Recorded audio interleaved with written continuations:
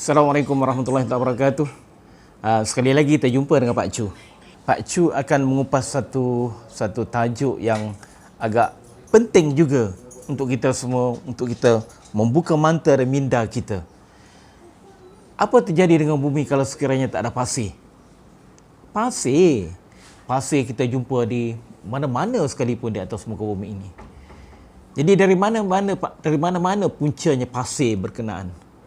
Pasir dalam geologi adalah kita kategorikan kepada dua benda. Sama ada saiz pasir, melibatkan saiz, ataupun satu lagi adalah melibatkan bahan ataupun material tu. Pasir ada saiz dan juga ataupun dia punya material atau bahan dia. Jadi pasir, daripada mana puncanya pasir tu? Jadi sebagaimana Pak Chu kupaskan dulu proses pembentukan muka bumi, pembentukan bumi itu sendiri lebih kurang 4.6 bilion dahulu.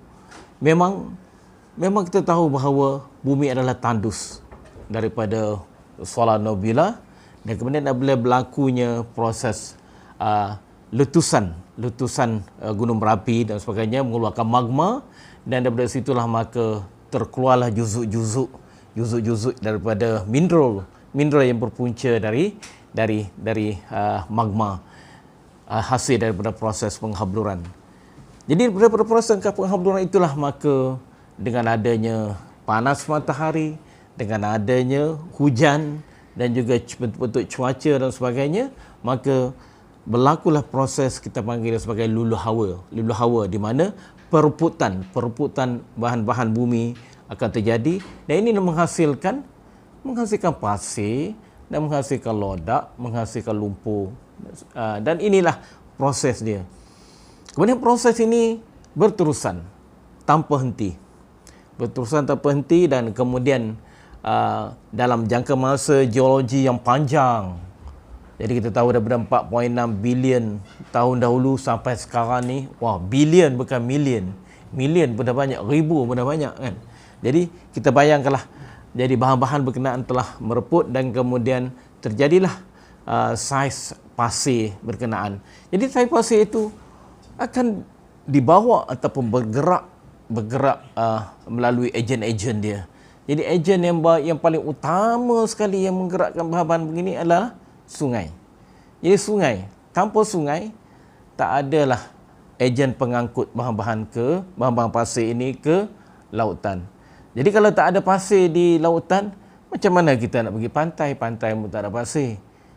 Jadi setiap kita sebagai manusia ni ke pantai adalah untuk bermain dengan pasir. Jadi pasir pantai itu adalah pasir yang dibawa daripada sungai, daripada punca, daripada bukit, kemudian dibawa sedikit demi sedikit ke lautan, dan daripada lautan itulah maka ombak telah memproses, dibawa ke depan, ke belakang, kemudian daripada situlah maka menjadilah saiz pasir yang bulat-bulat. Jadi kita pijak pun lembut dekat pantai. Sebab itulah kita semuanya minat nak pergi pantai. Tengok baru ni Gelembung Langkawi orang penuh dekat pantai Cenang, sebab pantai itu adalah pantai berpasir. Orang tak pergi tempat pantai berbatu, jatuh pun dah satu hal kan, akan membuatkan kecederaan. Jadi itulah yang paling utama sekali. Pasir adalah juzuk yang paling penting di atas muka bumi ini.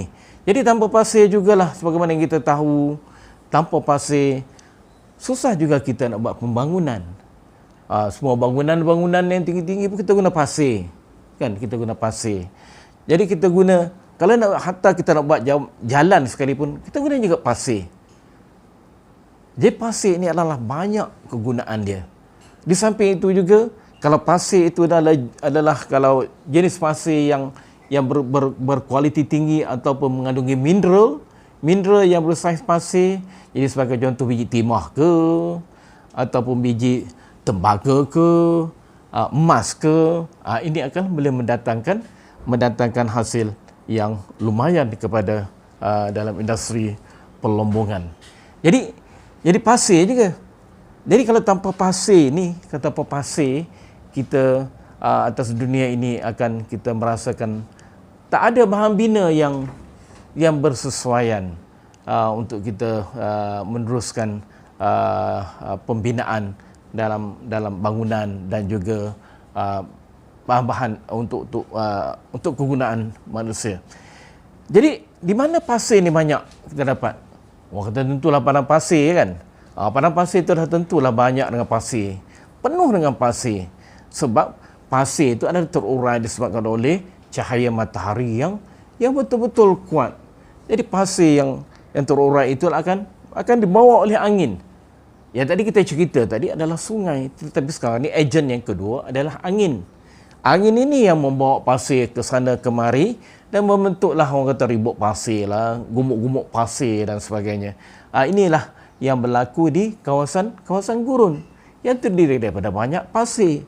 Jadi dengan kata lain, pasir itu merupakan elemen-elemen terpenting dalam membentuk struktur-struktur atau membentuk sculpture ataupun morfologi yang cantik-cantik di kawasan gurun.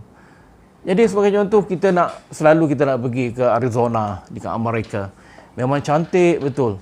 Sebab kawasan tu adalah ada sungai dan kemudian pada masa yang sama dia akan ada gurun.